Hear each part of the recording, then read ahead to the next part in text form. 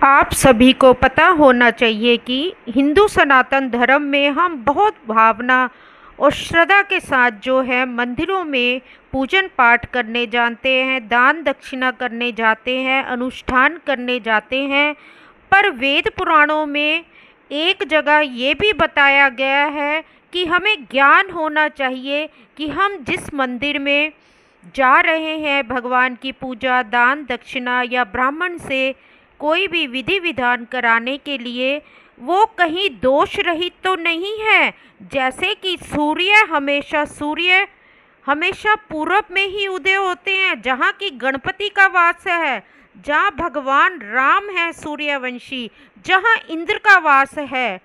तो आप सबको एक बहुत ही महत्वपूर्ण जानकारी देना चाहती हूँ कि जहाँ पे जिस मंदिर में अगर गणेश भगवान सूर्य के साथ पूर्व दिशा में स्थापित होते हैं, यानी सूर्य दिशा में राम दरबार, सूर्य यानी पूर्व दिशा में स्थापित हैं, वहीं पे आपको गणेश जी का और राम जी की पूजा का शुभ फल मिलेगा।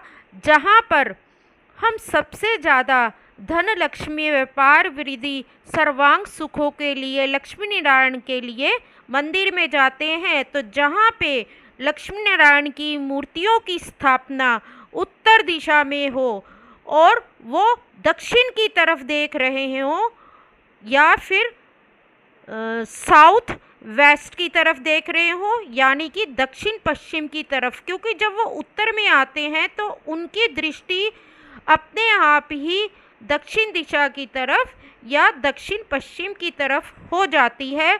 तो ऐसे ही मंदिर में अगर आप विधि विधान पूजन करेंगे, दान देंगे, प्रसाद चढ़ाएंगे, आशीर्वाद लेंगे, तो आपकी जो भी श्रद्धा भावना मनोकामना है वो तुरंत फलित होगी।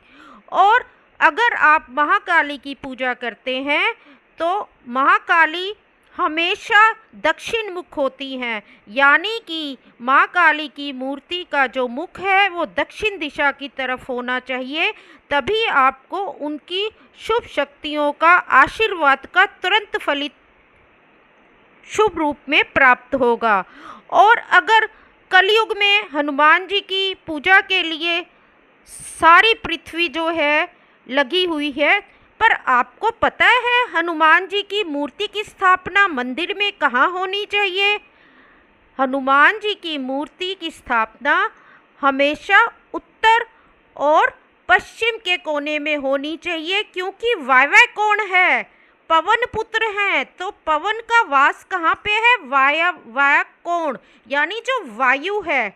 तो अगर आप वायव्य कोण में जो मूर्ति स्थापित है राम जी की या हनुमान जी की, कई बार वहाँ पे राम दरबार के चरणों में हनुमान जी होते हैं, तो आप उनकी पूजा मंगलवार के दिन कीजिए, तो आप देखोगे कि 9 मिनट 9 घंटे 9 दिन में आपको फल मिलेगा। और जगत जननी विश्व रूपा माँ दुर्गा की मूर्ति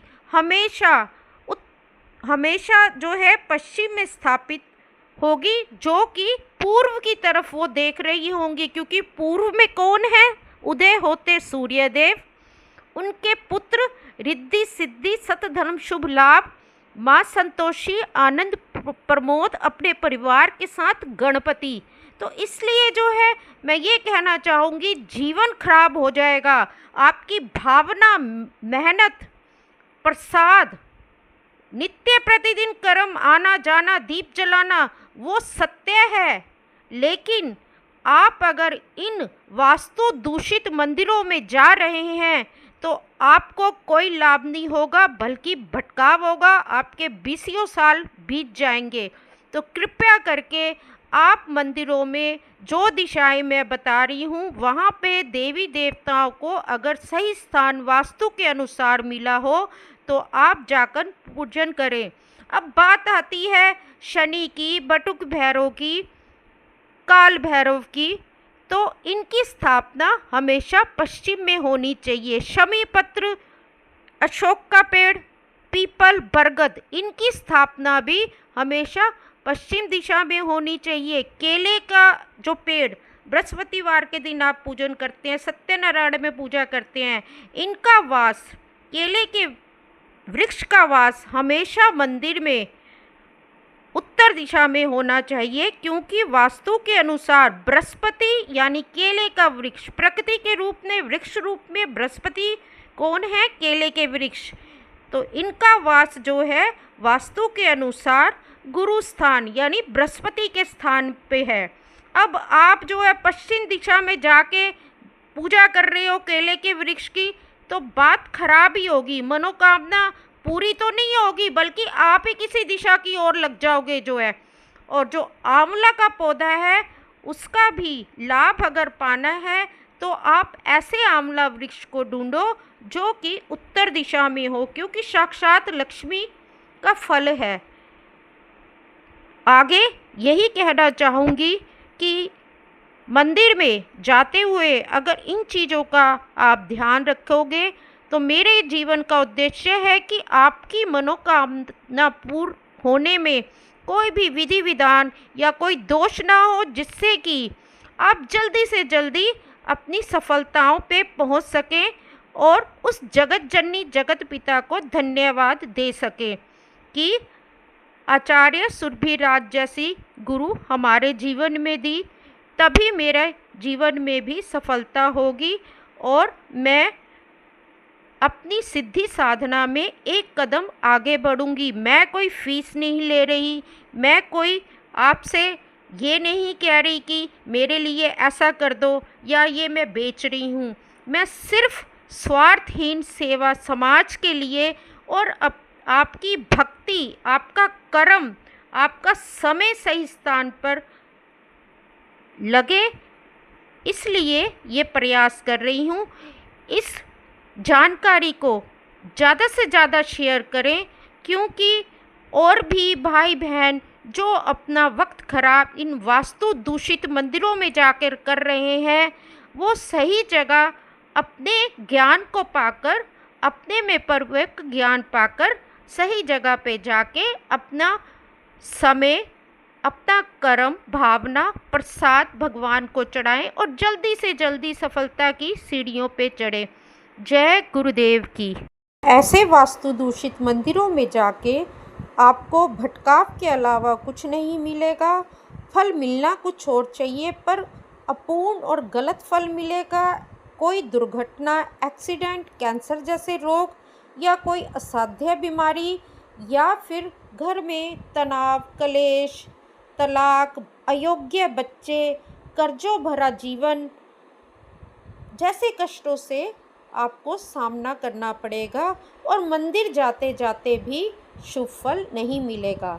तो वास्तु दूषित मंदिरों में आप जाना छोड़िए, यही आपसे प्रार्थना है। जहाँ पे वास्तु सही है वहाँ अगर आप अपने 10-11 दिन भी जाते हैं, 1 सप्ताह भी जाते हैं, तो आपको तुरंत फल मिलता है। जैसे बृहस्पतिवार को बृहस्पति केले पे जल चढ़ाने गए, तो अगले बृहस्पतिवार तक आपका काम होगा या काम खोलने के रास्ते मिलेंगे। ये मैं आपको भान करवा रही हूँ शुभ वास्तु वाले मंदिरों की पहचान से।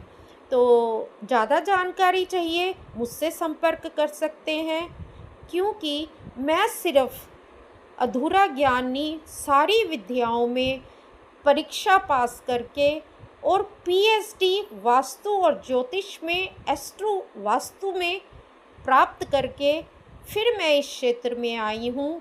राष्ट्रीय अंतर्राष्ट्रीय संस्थाओं ने मुझे प्रशंसा पत्र प्रदान किए हैं कि ये गुरु अल्टरनेट थेरेपी, यानी कि कोई भी कष्ट है उसकी अल्टरनेट थेरेपी ये ज्योतिष या वास्तु से प्रदान करती है और मेरे को सम्मान दिया है।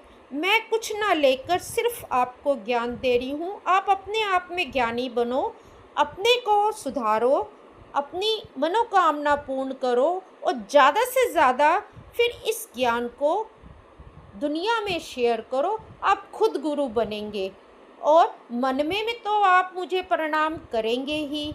जय गुरुदेव की।